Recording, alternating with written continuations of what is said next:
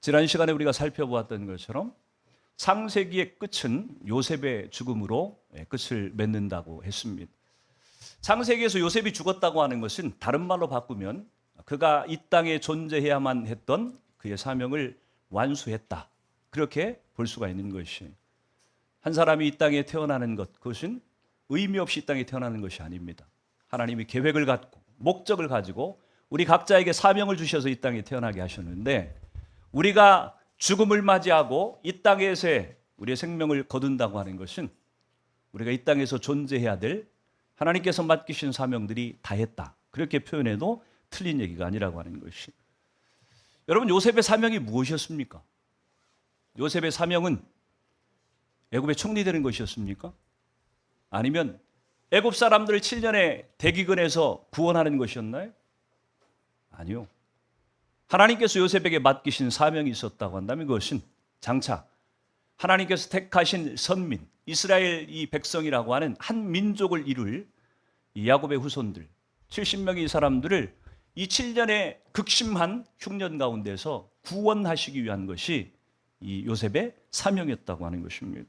그래서 요셉은 자기의 사명을 다하기 위해서 죽기 전까지 차근차근 이스라엘 백성들, 자기의 가족들을 구원할 방도들을 열심히 전략을 짜서 진행을 하고 있습니다. 특별히 아버지와 형들이 바로 왕을 접견할 때에 소스를 줍니다.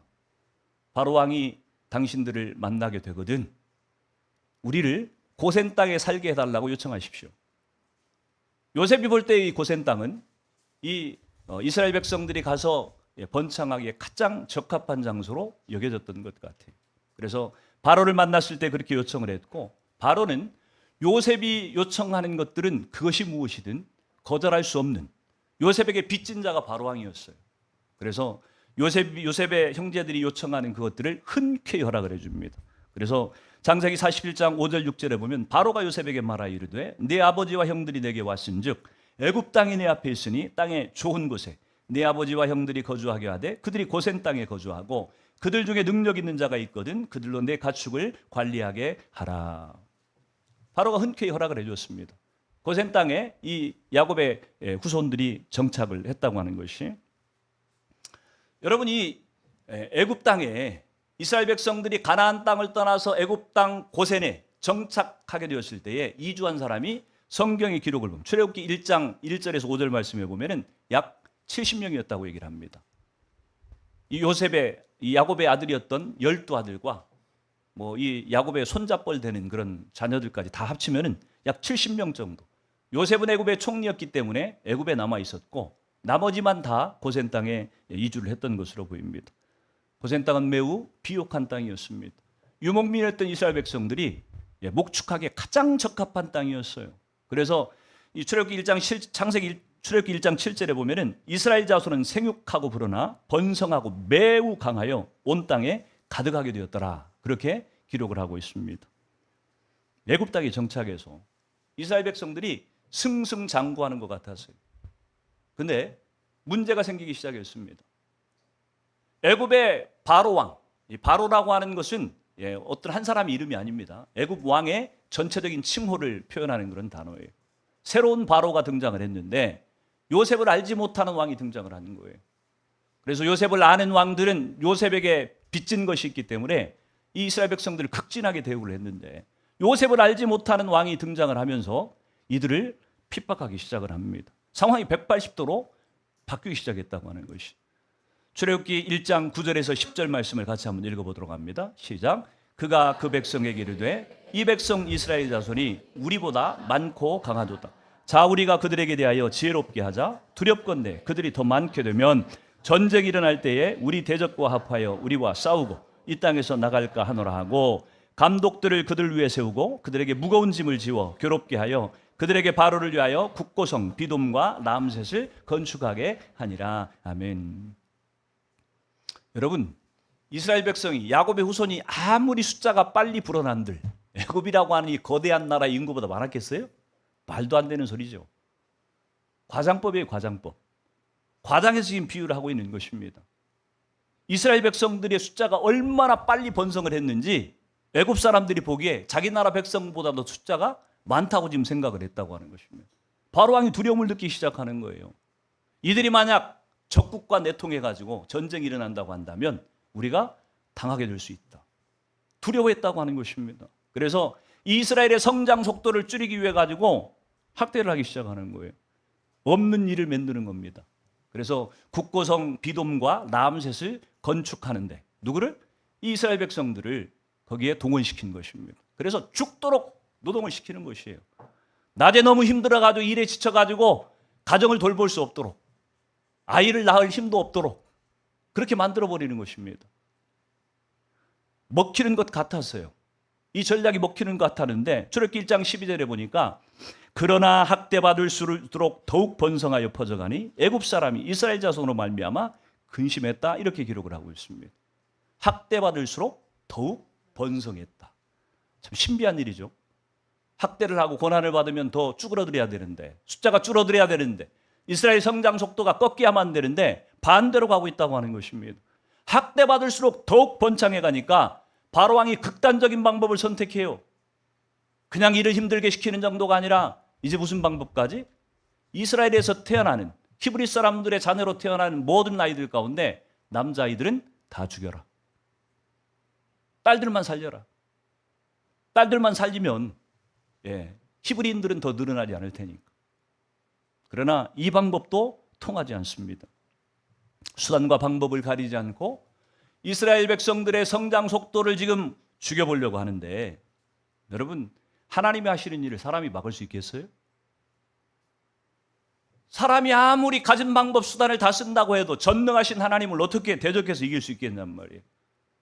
로마서 8장 31절 말씀을 같이 한번 봅니다. 시작. 그런즉 이 일에 대하여 우리가 무슨 말 하리요? 만일 하나님이 우리를 위하시면 누가 우리를 대적하리요? 아멘. 그러니까 늘 암송하는 말씀이죠.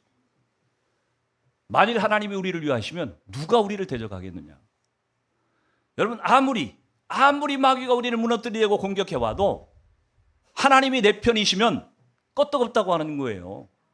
우리에게 두려운 것은, 우리가 염려가 되는 것은 하나님이 나와 함께하고 계시다고 하는 확신이 없기 때문에 두려운 것이지, 하나님이 나와 함께하시고 하나님이 내 편이시라고 한다면 우리는 두려워할 이유가 없어요. 왜요? 이 세상에 하나님보다도 더 센 존재는 없으니까. 하나님이 가장 강하시고 능하신 분이시니까. 그분이 내 편이신데, 그분이 나를 얼마나 사랑하시고 내 편이신지 자기 아들 독생자 예수까지도 기꺼이 십자가에 내어주신 분인데, 그분이 내 편이신데 무슨 걱정이냔 말이에요. 우리의 걱정과 염려와 근심이 있다고 하는 것은 그 하나님이 내 편이라고 하는 것이 지금 믿음이 없어서 그런 거예요. 그래서 내 믿음을 점검해야 돼요. 하나님, 내가 이렇게 믿음이 없습니다. 하나님이 내 편이신데, 하나님이 나와 함께 하시는데 내가 이렇게 두려워가 있는 게 말이 됩니까? 이렇게 우리는 마귀를 향해 대적할 수 있어야 된다고 하는 얘기입니다. 하나님이 나의 편이라고 하는 것을 확신하고 주님이 주시는 담대함으로 세상을 이기는 성도들이 다 되기를 주 이름으로 축원합니다. 여러분, 오늘 우리가 보고 있는 이 출애굽기의 영어 제목은 엑소더스라고 하는 단어를 쓰고 있습니다. 밖으로 나갔다, 떠난다, 이런 의미를 담고 있는 그런 단어입니다. 하나님께서 자기 백성을 애굽의 노예 가운데서 끄집어내는 그런 얘기를 다루고 있는 것이 이 출애굽기의 내용이에요. 무슨 얘기냐면은 하나님께서 이스라엘 백성들의 고통 소리를 들으시고 응답하신다고 하는 것을 이 출애굽기에서 지금 보여주고 계시는데, 응답하시는 하나님이라고 하는 이 주제가 우리에게 얼마나 중요한 건지 몰라요. 하나님은 살아계신 하나님이시고 하나님은 인격이신 분이세요. 그래서 우리가 말하는 것을 들으시는 분이시고 우리가 행하는 것들을 보고 계시는 분이세요. 여러분, 말 못하는 우상, 죽은 신이 아니에요. 아무것도 보아도 보지 못하고 들어도 듣지 못하는 그런 우상이 아니라니까요. 하나님은 살아계신 하나님이세요. 그 살아계신 하나님이 어떻게 이스라엘 백성들을 노예 가운데서 끄집어내시는지, 어떻게 기가 막히게 그들의 기도를 응답하시는지 오늘 본문 말씀을 통해서 우리가 좀 살펴보려고 합니다. 크게 우리는 하나님이 이스라엘 백성 가운데 응답하시는 세 가지 내용들을 보게 되는데, 첫 번째가 무엇이냐면은 하나님은 압제받는 자들의 기도를 들으심으로 응답하신다고 하는 사실입니다. 오늘 23절, 25절 말씀을 같이 읽습니다. 2장 23절에 25절 시작. 여러 해 후에 애굽 왕은 죽었고 이스라엘 자손은 고된 노동으로 말미암아 부르짖는 소리가 하나님께 상달된지라. 하나님이 그들의 고통 소리를 들으시고 하나님이 아브라함과 이삭과 야곱에게 세운 그의 언약을 기억하사 하나님이 이스라엘 자손을 돌보셨고 하나님이 그들을 기억하셨더라. 아멘. 여기서 보면 23절에 탄식하며 부르짖었다라고 그렇게 기록을 하고 있죠. 하나님께서 탄식하고 부르짖었더니 그것이 하나님께 상달되었고 하나님이 들으셨다고 얘기를 해요. 그리고 하나님께서 기억하시고 하나님께서 백성들을 돌보셨다고 표현을 하고 있습니다. 이 패턴을 여러분이 잘 기억하셔야 돼요. 가장 먼저 이루어지고 있는 게 뭐예요? 탄식하고 부르짖는 거예요. 이 말을 다른 말로 바꾸면 기도했다고 하는 얘기입니다. 백성들이 하나님 앞에 기도했더니 그 기도가 상달되었다고 얘기를 해요. 하늘에 하나님께 상달되었고 하나님께서 그 기도를 들으셨어요. 듣고 나서 기억을 하신 겁니다. 그리고 그 기억하신 것들을 생각하시고 하나님이 이스라엘 백성들을 돌보셨다. 이렇게 지금 표현을 하고 있는 거예요. 여러분 우리가 드린 기도가 하나님께 상달되고 그 기도를 하나님께서 들으신다. 여러분 이건 굉장히 중요한 얘기입니다. 우리의 기도를 들으신 분이 누구라는 얘기예요? 하나님이라는 분이에요. 그래서 시편 94편 9절에 보면 귀를 지으시니가 듣지 아니하시랴. 눈을 만드시니가 보지 아니하시랴. 그렇게 기록을 하고 있죠. 하나님은 듣고 보신다고 하는 얘기예요. 듣고 보시고 하나님 우리가 행하는 것들을 정확히 아신다고 지금 얘기를 하고 있는 거예요. 그 다음에 기억하셔서 뭘 기억하셨다고 얘기하냐면은 아브라함과 이삭과 야곱과 나누었던 맺었던 언약을 기억했다 지금 그렇게 표현하고 있습니다. 여러분 하나님은 아무하고나 한 약속을 기억하는 게 아니에요. 누구하고 한 약속을 기억해요? 누구? 의인과 한 약속을 지금 기억한다고 하는 얘기. 아무하고나 약속을 하지 않아요. 하나님은 시편 34편 15절에 보면 여호와의 눈은 의인을 향하시고 그의 귀는 그들의 부르짖음에 귀를 기울이시는 것. 하나님이 아무의 기도나 듣고 아무의 기도를 응답하시는 게 아니에요. 의인의 기도를 들으시고 의인의 기도를 응답하신다고 하는 얘기입니다. 그럼 여러분 그렇게 생각할지 몰라요. 나는 의인 같지 않은데 나는 맨날 죄 짓는 것 같고 맨날 실수하는 것 같고 그런데 내 기도를 하나님이 과연 들으실까? 과연 응답해 주실까? 이런 의문이 여러분 가운데 혹시 들을지 몰라요. 근데 로마서 3장 23절 24절 말씀을 같이 한번 읽습니다. 시작. 모든 사람이 죄를 범하였음에 하나님의 영광에 이르지 못하더니 그리스도 예수 안에 있는 속량으로 말미암아 하나님의 은혜로 값없이 의롭다 하심을 얻은 자 되었느니라. 아멘. 우리는요 다 죄인이었어요. 근데 그리스도의 속량하심으로 십자가의 속량으로 말미암아서 저와 여러분들이 값없이 하나님의 은혜로 의인이 되었다 그렇게 얘기를 하고 있어요. 저와 여러분이 의인이에요, 죄인이에요? 의인이에요. 여러분이 예수님을 믿고 있다고 한다면, 예수님을 믿었다고 한다면, 그래서 하나님의 자녀가 되었다고 한다면 우리는 더 이상 죄인이 아니에요. 의인이에요. 왜냐하면 예수님께서 의인으로 우리를 만드셨기 때문이에요. 우리를 의인으로 회복시키셨기 때문이라고 하는 것이. 의인된 우리가 완전하신 의인이신 예수 그리스도 그분의 이름을 힘입어서 하나님께 기도하면 여러분 그 기도는 결코 시간 낭비가 아닙니다. 허공을 향해서 외치는 공허한 소리가 결코 아니에요. 그냥 나 힘드니까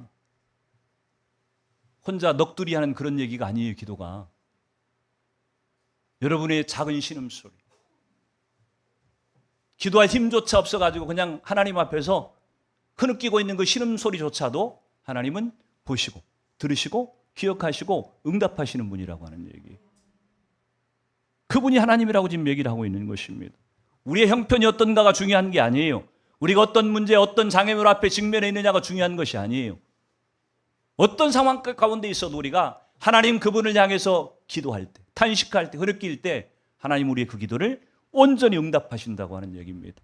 그 응답의 축복을 여러분들이 누리며 살기를 주의 이름으로 축원합니다. 하나님이 고난 가운데 있는 자, 학대받는 자의 기도를 응답하심으로, 기도를 들으심으로 우리 가운데 응답하셨다고 한다면 두 번째는 하나님 자신을 계시해 주심으로 우리에게 응답해 주시는 분이라고 하는 거예요. 학대받고 고통당하고 심지어는 히브리 사람들의 모든 남자아이들을 다 죽이는 상황 가운데서 하나님이 모세라고 하는 사람을 태어나게 하셨어요. 보니까 모든 히브리 남자아이들이 다 죽어야만 되는 운명이니까 모세가 남자로 태어났으니까 죽어야 돼요, 살아야 돼요? 마땅히 죽을 수밖에 없는 상황이었어요. 근데 하나님께서 기가 막히게 애굽의 공주의 양아들로 입양하게 하시죠. 그냥 목숨만 살린 것이 아닙니다. 모세가 살아난 것은 그냥 단순히 목숨 부지하게 두신 것이 아니었어요. 당시 세계 최고의 나라였어요, 애굽은. 당연히 경제도 학문도 어떤 부분도 당대 최고의 그런 나라가 애굽이었어요. 그 애굽의 왕자가 되었다고 하는 것은요, 이 모세가 받는 그 교육의 혜택이 세계 최고의 교육을 받았다고 하는 얘기입니다. 제일 똑똑한 그런 스승들 밑에서 이 모세가 교육을 받을 수 있는 기회가 주어졌다고 하는 것이죠. 하나님이 왜 모세를 이렇게 똑똑하게 교육을 잘 받게 만드셨을까요? 써먹을 일이 있어서 그런 거예요. 만약 모세가 무식했다고 한다면 모세오경이라고 하는 창세기, 출애굽기, 레위기, 민수기, 신명기 5권 이 성경을 쓰지 못했을 거예요. 여러분, 창세기라고 하는 성경을 그냥 무식한 대충 그냥 배운 사람이 그런 내용들을 어떻게 알고 써요? 어떻게?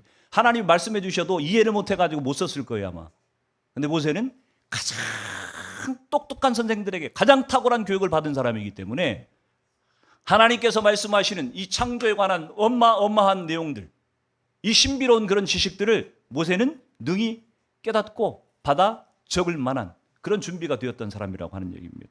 하여튼 간에 모세가 애굽의 왕자가 되어가지고 오늘 이 자기가 학대당하는 동족을 어떻게 좀 한번 도와보겠다고 나섰다가 살인자 신세가 돼가지고 미디안 광야로 쫓겨갑니다. 40년이 지나고 나서 모세가 80이 되었을 때에 출애굽기에 보면은 떨기나무 가운데 불이 붙은 것을 통해서 하나님이 모세에게 찾아오십니다. 하나님 모세에게 왜 찾아오셨겠어요? 이제 쓰실 때가 됐으니까 찾아오신 거예요.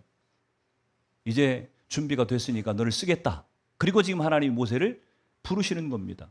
근데 하나님의 이 부르심에 모세가 당당하게 거절을 합니다. 오늘 첫 번째 거절이 3장 11절 말씀인데 같이 한번 읽어봅니다. 시작. 모세가 하나님께 아뢰되 내가 누구이기에 바로에게 가며 이스라엘 자손을 애굽에서 인도하여 내리이까. 아멘. 모세는 하나님의 사명을, 부르심을 받아들이지 못해요. 거절합니다. 거절하는 이유가 지금 뭐냐면은 하나님, 내가 애굽의 왕자도 아니고 내가 지금 젊은 나이도 아니고 나이 80이 돼가지고 다 늙은 나이에 미디안 광야에서 양이나 40년 동안 치다가 이렇게 지극히 평범한 내가 무슨 이스라엘을 이끌어낼 지도자가 된다고 말씀하시는 겁니까? 좀 세울 만한 사람을 세우셔야지. 번지수를 잘못 찾으셨습니다. 이렇게 지금 얘기하고 있는 거예요. 모세의 말이 굉장히 합당한 얘기처럼 들립니다. 모세의 말이 이상하게 들립니까? 나이 80에 왕자도 아니고 살인자로 쫓기는 그런 신분이고 더더군다나 광야에서 목동 생활이나 하고 있는 나이 80살 먹은 이 노인을 이스라엘의 지도자로 하나님이 쓰시겠다고 하면 이게 합당한 것 같아요? 합당하지 않은 것 같아요? 이게 합당하다고 생각하면 여러분들 이상한 분들이에요. 판단력이 없는 분들이에요. 매우 비합리적인 분들이에요. 근데 모세의 이 변명을 들으면서 우리가 참 공감이 가는 이유가 뭐냐면 우리도 그러고 있기 때문에 그래요. 우리도 모세처럼 생각을 하고 있기 때문에 그래요. 우리도 하나님이 좀 불러가고 야, 너 좀 이거 좀 할래? 이렇게 하나님이 뭔가 일을 맡기시려고 하면 늘 우리가 변명하는 게 그거죠. 하나님, 저 시간도 없고요. 돈도 없고요. 은사도 없고요. 능력도 안 돼요. 좀 하나님 시킬 만한 사람 좀 시키세요. 저 이렇게 신앙생활 잘하시는 저 권사님 시키고 저 장로님 시키면 되지. 나 같은 사람한테 뭔 그런 일을 하라고 합니까? 여러분이 똑같이 모세하고 생각하고 있으니까 이 모세의 말이 굉장히 공감이 가는 거예요. 하나님이 그런 모세의 대답 앞에 뭐라고 말씀을 하시는 줄 아십니까? 3장 12절을 같이 한번 읽습니다. 시작. 하나님이 이르시되 너와 함께 있으리라. 내가 그 백성을 애굽에서 인도하여 낸 후에 너희가 이 산에서 하나님을 섬기리니 이것이 내가 너를 보낸 증거니라. 아멘. 지금 모세에게 가장 문제가 되는 게 뭡니까 지금? 왜 모세가 지금 거절한 것 같아요? 지금 모세의 자존감이 지금 바닥을 치고 있는 것이에요. 왜요? 자기가 애굽의 왕자로서 이스라엘을 구원해내겠다고 했을 때는 하나님이 그 의지를 꺾어버렸어요. 살인자가 되게 가지고 광야로 보냈단 말이에요. 근데 이제 나를 쓰시겠다고? 모세의 자존감이 지금 바닥을 치고 있는 상황인데 자기는 자신이 없어요. 자기 힘으로 지금 그렇게 할 만한 능력이 안 된다고 지금 생각을 하는 것입니다. 여러분, 이 모세의 자존감, 모세의 자신감을 회복시킬 수 있는 방법이 뭘까요? 돈을 갖다 주면 돼요? 능력을 갖다 주면 돼요? 모세의 자존감, 자신감을 회복시키는 다른 방법은 없습니다. 전능하신 하나님이 나와 함께하고 계신다고 하는, 내 대신에 그 하나님이 일하신다고 하는 그 확신이 모세에게 깨달아지지 않는 이상 모세에게는 이 자신감이 회복될 수가 없어요. 여러분, 인간적인 능력이라고 하는 것은 한계가 있어요. 언젠가는 바닥이 드러나게 되어 있습니다. 그러나 전능하신 하나님이 함께 하신다고 하는 것은 무한한 능력을 상징하는 것이기 때문에 우리에게 결코 딸린다는 그런 느낌을 줄 수가 없는 것이, 모세가 40년 광야 생활 가운데 배워야 될 것이 뭐였겠습니까? 딱 이거 한 가지 지금 가르치려고 하는 거예요. 하나님 한 분만으로 충분합니다. 내 상황은 상관없습니다. 내 능력은 아무 상관없습니다. 전능하신 하나님이 나와 함께 하시면 하나님 한 분으로 충분합니다. 이것 가르치려고 모세를 40년 동안 광야에 지금 방황하게 하시는 것이에요. 이 말을 다른 말로 바꾸면은 하나님과 동행하는, 하나님의 임재 훈련을 위해서 40년 동안 광야 가운데 머물게 하셨다고 하는 얘기입니다.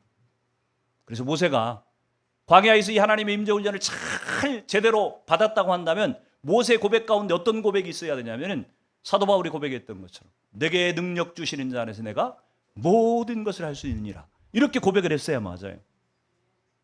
모세는 아직 그 고백을 못하고 있는 거예요. 아직 덜 깨달은 거예요. 아직. 내게 능력 주시는 자 안에서 내가 모든 것을 할 수 있느니라. 사도 바울이 이 고백을 한 것을 여러분 오해하지 마십시오. 사도 바울의 능력이 커가지고 모든 거 다 할 수 있다 그런 얘기를 하고 있는 게 아니에요. 이 빌립보서 4장 13절 말씀인데 4장 12절 말씀을 보면은 사도 바울이 그렇게 얘기를 해요. 내가 비천에 처할 줄도 알고 풍부에 처할 줄도 알고 배부름과 배고픔과 풍부와 궁핍에도 처할 줄 아는 일체의 비결을 배웠노라. 여러분, 잘 나가고 성공하고 풍부하고 부자 되고 그런 상황 가운데서 잘 지내는 것은요, 연습을 많이 하지 않아도 쉽게 잘 적응이 됩니다. 물론 그것도 약간의 연습이 필요한 건 맞아요. 이번에 아우리치를 가가지고 마지막 날 이제 수요일 날까지 오전까지 사역을 하고 수요일 날 오후에 앙코르와트 쪽으로 이제 이동을 하는데 정교성회장님이 그 교회에서 어린이들 예배니까 이렇게 헌신한 찬양팀 아이들 앞에서 가장 헌신적으로 이렇게 섬기는 아이들이 한 5명 되는데 그 아이들을 혹시 앙코르와트에 같이 데리고 갈 수 있겠습니까? 이렇게 말씀을 하셔서 아유, 우리가 이번에 차를 9명인데 50인승 차를 타고 다녔습니다. 웬 낭비를 하고 다녔냐 그렇게 얘기할지 모르지만 25인승하고 다 한국 차예요. 한국 중고차들을 다 캄보디아 수입해가지고 다 현대차야. 다 버스고 뭐고 다 현대차야. 현대차 25인승 여러분 기억나십니까? 굉장히 불편해요. 이 차 25인승. 근데 50인승이니까 너무 편한 거예요. 에어컨도 빵빵하고 너무 편한 거예요. 뭐 2자리 아니라 막 사용할 수 있다면 한 5자리씩 차지할 수 있는데 그럴 수 없어서 못한 거죠. 아무튼 그 아이들을 태우고 갔어요. 이 아이들이 평생 동안 호텔이라고 하는 데 잡았겠어요? 이 아이들이 원래 자기로 약속되어 있던 것은 무슨 이렇게 조그만 여인숙 같은데 이런 데로 이제 자기로 돼 있나 봐. 근데 가다가 아무리 생각을 해도 우리하고 같이 저녁도 같이 먹어야 되고 또 같이 그 다음날 앙코르와트도 같이 견학을 해야 되고 그런데 잠만 서로 따로 잔다. 이게 좀 하나님 마음을 안 주시는 거예요. 이게. 근데 우리가 자는 호텔이 방 하나에 45불짜리입니다. 45불이면은 우리나라 돈으로 한 6만 원 하나요? 꽤 비싼 거죠. 캄보디아에서는. 꽤 좋은 호텔이에요. 개미가 많이 나와서 그렇긴 하지만 꽤 좋은 호텔이에요. 수영장도 있고. 이 아이들을 같이 거기서 재우기로 했어요. 방을 급히 2개를 더 추가해가지고. 여러분, 이 아이들이 거기에 잘 적응을 할 것 같아요?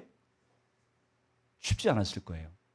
평생 자보지 않은 그런, 우리도 그런 호텔에서 이렇게 자주 살 일이 없는데 캄보디아 아이들, 걔네들이 살고 있는 그 집 상황들을 보면은 정말 열악하거든요. 정말 오두막 같은데 막 이런 데인데, 그런 데서 자다가 이 고급 호텔에 가자면 쉽지 않았을 것입니다. 그 다음날 점심에 한국 식당으로 데리고 왔는데 거기 돼지고기 삼겹살이 무한 리필하는 그런 데였어요. 그래서 야, 우리 아이들 실컷 먹을 수 있겠다. 그래서 정석교사님이 막 먹으라 그러는데 아이들이 못 먹어요. 몇 점 먹고 못 먹어요. 왜 못 먹는지 아십니까? 안 먹어봤어요. 그래서 그 생각이 나는 거예요. 옛날에 우리나라, 지금은 아니에요. 우리나라 시골도 잘 먹지만 옛날 한 80년대 그때쯤에서 저 섬에 있는 아이들을 데려오면, 서울에 견학시킨다고 데려오면요, 갈비를 사주면 아이들이 먹지를 못한답니다. 한 번도 먹어본 적이 없는 거예요, 갈비를. 여러분들이 생각하면 그 아까운 것을 안 먹어? 평상시에 2배, 3배를 먹어야지. 근데 못 먹어요. 안 먹어봐가지고. 이 캄보디아 아이들이 딱 그런 상황이에요, 보니까. 부요한 상황도 우리가 겪어보지 않았으면 적응하기가 쉽지는 않아요. 근데 그래도 아마 한두 번 겪어보고 나오면 금방 적응이 될 겁니다. 예전에 대림교에서 사역을 할 때, 대림동에서 사역을 할 때 맨날 5,000원짜리 골목 식당에서 저녁을 먹었어요. 토요일 날 와가지고, 학교에서 와가지고, 집이 김포였으니까 저녁 5,000원짜리 먹다가 어느 날 온누리교회로 제가 부임을 해서 갔습니다. 동부 이촌동에서 밥을 먹으러 가는데 기본이 25,000원이에요. 한 끼에. 너무 충격이 들어가지고 제가, 아니 어떻게 밥을 한 끼에 25,000원을 주고 먹어? 근데 한 서너 달 지났어요. 어느 날 손님이 왔는데 제가 자연스럽게 손님을 데리고 25,000원짜리 가서 사주면서 아주 자연스럽게 밥을 먹고 있는 제 모습을 보면서, 야, 인간이 참 적응력이 빠르구나. 불과 2-3달 전까지만 해도 어떻게 25,000원짜리 밥을 먹어? 이렇게 생각을 했던 내가 아주 자연스럽게 손님을 대접하는 모습을 보면서 참 적응력이 빠르다. 근데 우리가 부유한 환경에 적응하는 것은 그래도 비교적 빠른데, 가난하고 궁핍하고 비천하고 어렵고 힘든 상황 가운데 적응한다고 하는 것은요, 굉장한 훈련을 통과하지 않고서는 안 됩니다. 모세가 애굽의 왕궁에서 편안한 생활을 하는 것들은 쉽게 적응했을지 모르지만 미디안 땅에 가서, 미디안 광야에 가서 양을 치면서 그렇게 형편없는 그런 모습으로 살아가는 40년의 시간, 적응하기 쉽지 않았을 것입니다. 그러나 그럼에도 불구하고 하나님이 모세에게 계속 훈련시키기를 원하셨던 것이 있었다고 한다면, 내가 가난할 때든 부유할 때든, 풍부할 때든 궁핍에 있을 때든, 내가 부유할 때든 아니면 배고플 때든 상관없이 언제 어느 때라도 주님이 나와 함께 하신다고 한다면 나는 모든 것을 할 수 있다고 하는 이 고백을 모세에게 받기를 원하셨던 것이, 저는 저와 여러분 가운데 오늘 내게 능력 주시는 자는 내가 모든 것을 할 수 있겠다고 했던 이 사도 바울의 고백이, 광야 40년의 생활을 통해서 하나님이 하신다고 하면 할 수 있습니다. 이런 고백을 했던 모세의 고백이 저와 여러분의 고백이 되어줄 수 있기를 주의 이름으로 축원을 드립니다. 모세가 하나님의 부르심, 사명 앞에서 첫 번째 거절했던 이유는 자기 자신의 문제였어요. 근데 하나님께 통하지 않았습니다. 야, 너 할 수 있어. 그러니까 모세가 두 번째 지금 변명을 해요. 오늘 13절을 같이 읽습니다. 13절 시작. 모세가 하나님께 아뢰되,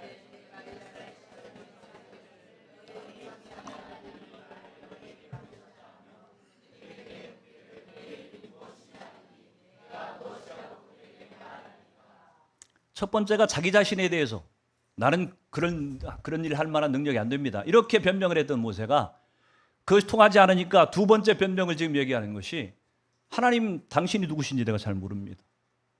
이스라엘 백성들에게 가서 하나님이 나를 당신들에게 보냈다 이렇게 얘기하면 백성들이 하나님 누구시냐 이렇게 묻는다고 한다면 제가 뭐라고 대답을 해야 되겠습니까? 난 하나님을 잘 모르는데.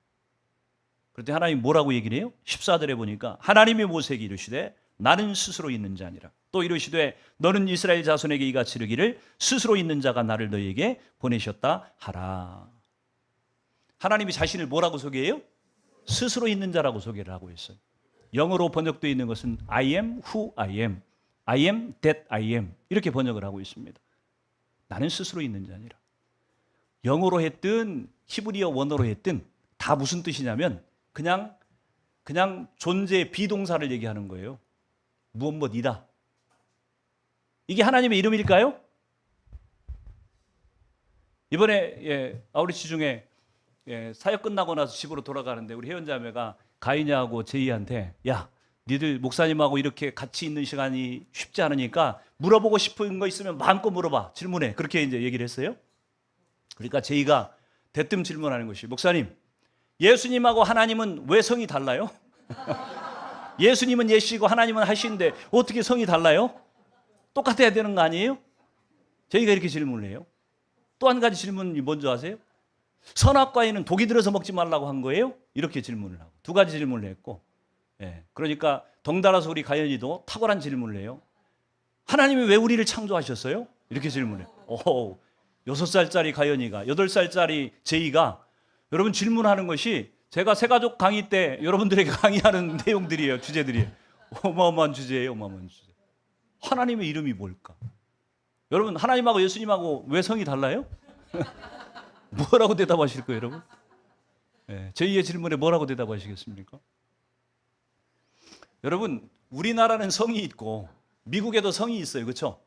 미국도 여자들이 시집 오면 남편의 성을 앞에다 쓰고 뒤에다 이렇게 이름 붙여 쓰잖아요. 우리나라도 남편의 성에 맞춰가지고 자녀들 이름을 정하죠. 근데 이스라엘 사람들은 성이 없습니다. 그렇죠? 아브라함, 이삭, 야곱 이름만 있어요. 성이 없어요. 그러니까 성이 같을 수가 없는 거예요. 이 첫 번째 이유고요. 그러면 예수님하고 하나님의 이름이 있었을까요? 없었을까요? 예수님의 이름이 있었나요? 없었나요? 예수님 이름이 있었어요. 하나님이 지어주셨잖아. 이름을 예수라라. 예수님은 이름이 예수예요. 사람으로 태어나셨기 때문에 사람의 몸을 입고 오셨기 때문에 이름이 있어요. 근데 하나님의 이름이 있어요? 없어요? 하나님의 이름이 없어요.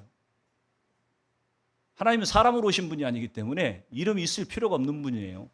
그분은 신이시고 존재의 근원이 되시는 분이기 때문에 그분에게는 이름이 없어요. 그래서 하나님은 자기를 모세가 뭐라고 불러야 됩니까? 그렇게 얘기할 때 스스로 있는 자다. 나는 스스로 있는 자다. 스스로 있는 자가 보냈다고 해라. 그렇게 지금 얘기를 하고 있는 거예요. 근데 이 스스로 있다고 하는 것이 히브리어로는 하야라고 하는 단어를 씁니다. 이게 그냥 비동사예요.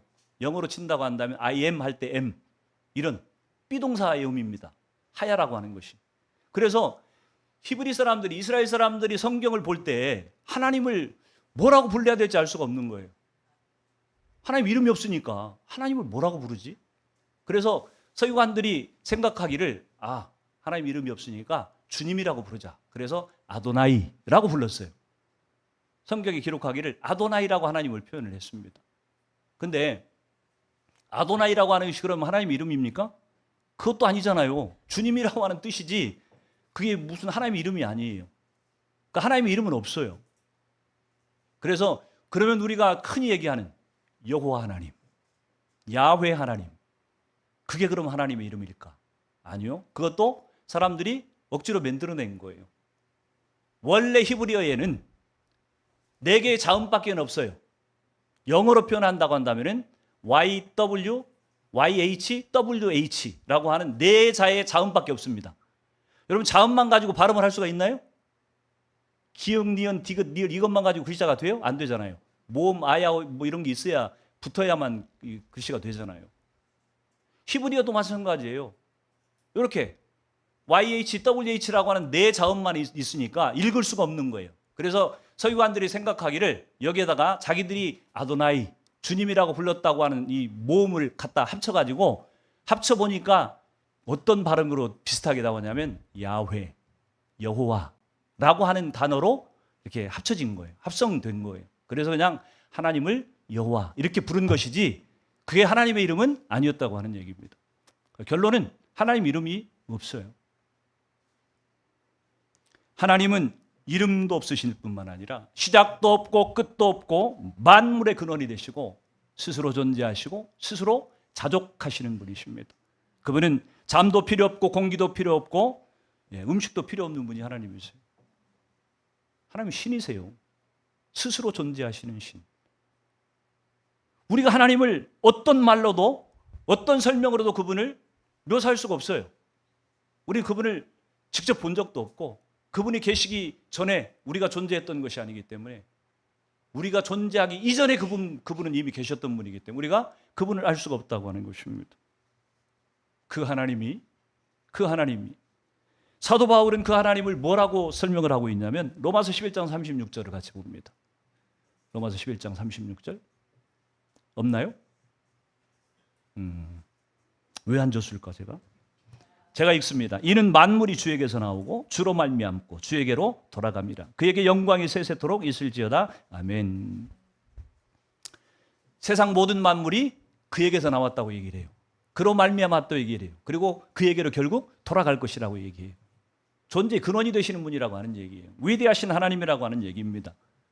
그 하나님이 아브라함의 하나님이기도 했고 이삭의 하나님이기도 했고 야곱의 하나님이시기도 했고 그 위대하신 하나님이 모세의 하나님이시기도 했고 그 하나님이 저와 여러분의 하나님 되시기도 한다고 하는 것을 믿을 수 있기를 주의 이름으로 축원합니다. 세 번째, 하나님께서 이스라엘 백성들에게 구속을 약속해 주심으로 응답하셨다고 얘기를 합니다. 첫 번째는 학대받는 자들의 기도를 들으심으로 응답해 주셨고, 두 번째는 자신을 계시해 주심으로 응답하셨고, 세 번째는 구속의 약속을 주심으로 응답하셨다고 하는 얘기입니다. 오늘 출애굽기 3장 17절 18절을 같이 읽도록 합니다. 시작. 내가 말하였거니와 내가 너희를 애굽의 고난 중에서 인도하여 내어 젖과 꿀이 흐르는 땅 곧 가나안 족속, 헷 족속, 아모리 족속, 브리스 족속, 히위 족속, 여부스 족속의 땅으로 올라가게 하리라 하셨다 하면 그들이 내 말을 들으리니 너는 그들의 장로들과 함께 애굽 왕에게 이르기를 히브리 사람의 하나님 여호와께서 우리에게 임하셨은즉 우리가 우리 하나님 여호와께 제사를 드리려 하오니 사흘길쯤 광야로 가도록 허락하소서 하라. 아멘. 오늘 17절에서 18절을 요약하면 그 얘기입니다. 내가 너희를 인도하여 내가지고 인도하여 드릴 것이다. 애굽에서 끌어내가지고 가나안 땅으로 인도하여 드릴 것이다. 이 약속이에요. 지금 이 17절 18절의 말씀이. 그것을 누가 하시겠다고요? 하나님이 하시겠다고. 누구에게요? 모세에게 지금 말씀하신 거예요. 모세에게 지금 약속해 주신 것이에요. 여러분, 모세가 선지자로 하나님 앞에 지금 쓰임받기 위해서 선지자가 된다고 하는 것이 어떤 의미인지를 지금 모세가 깨닫는 순간입니다.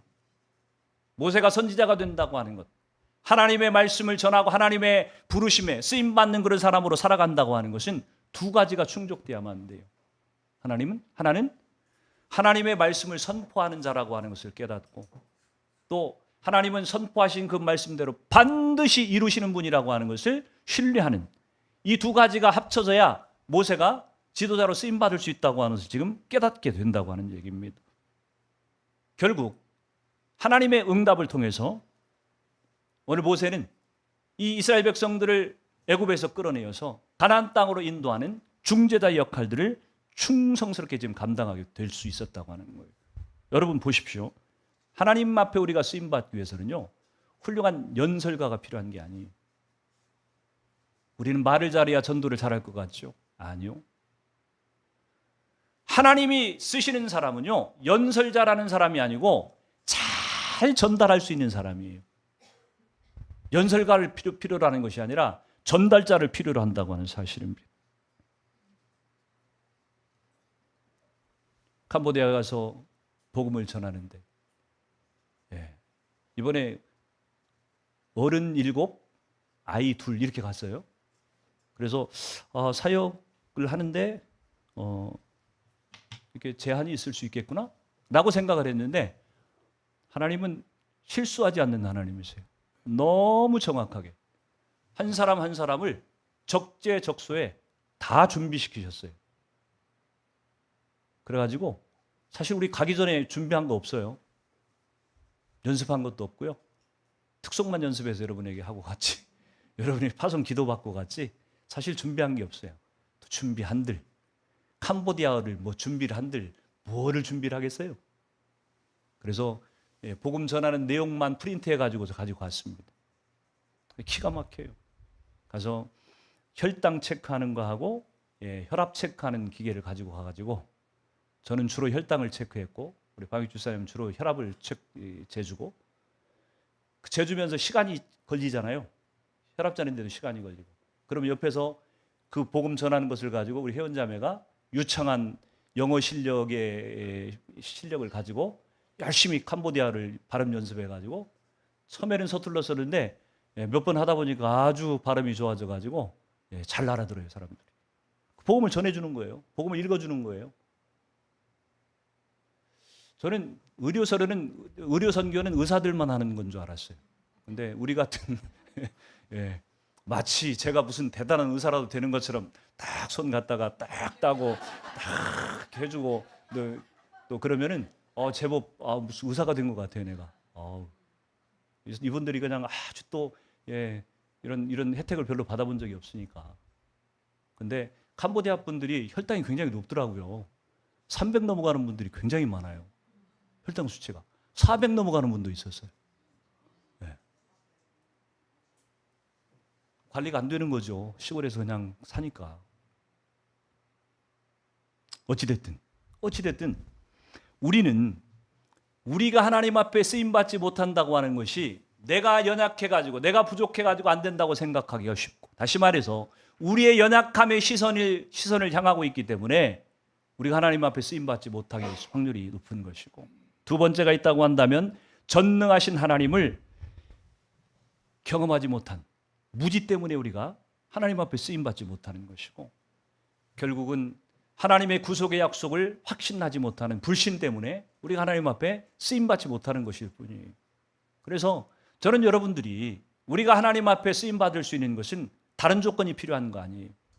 돈과 또 어떤 실력과 능력과 그거 필요 없다고 하는 얘기가 아닙니다.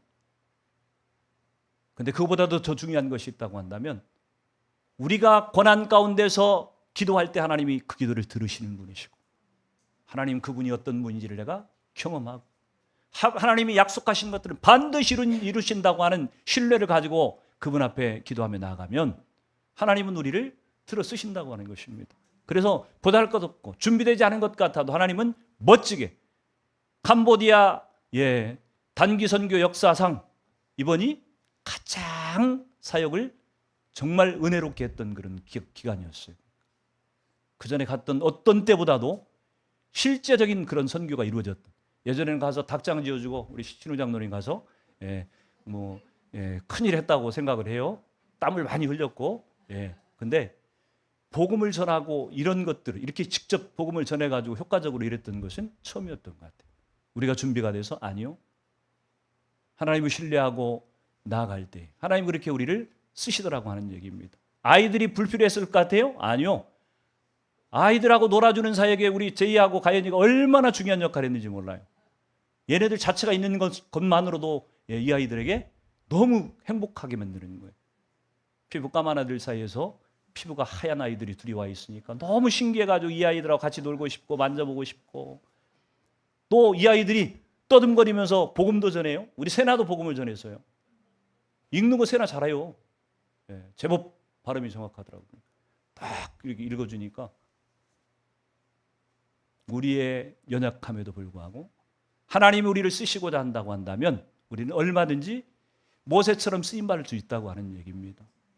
응답하시는 하나님을 여러분이 깊이 경험하고 기도하며 그분 앞에 나아가면 하나님께서 여러분의 연약함에도 불구하고 여러분을 하나님의 도구로 하나님의 일하시는 일에 분명히 쓰임받는다고 하는 것을 기억하고 늘 믿음 가운데 이렇게 서가는 저 여러분들에게 주의 이름으로 축원해 드립니다. 같이 기도하도록 합니다.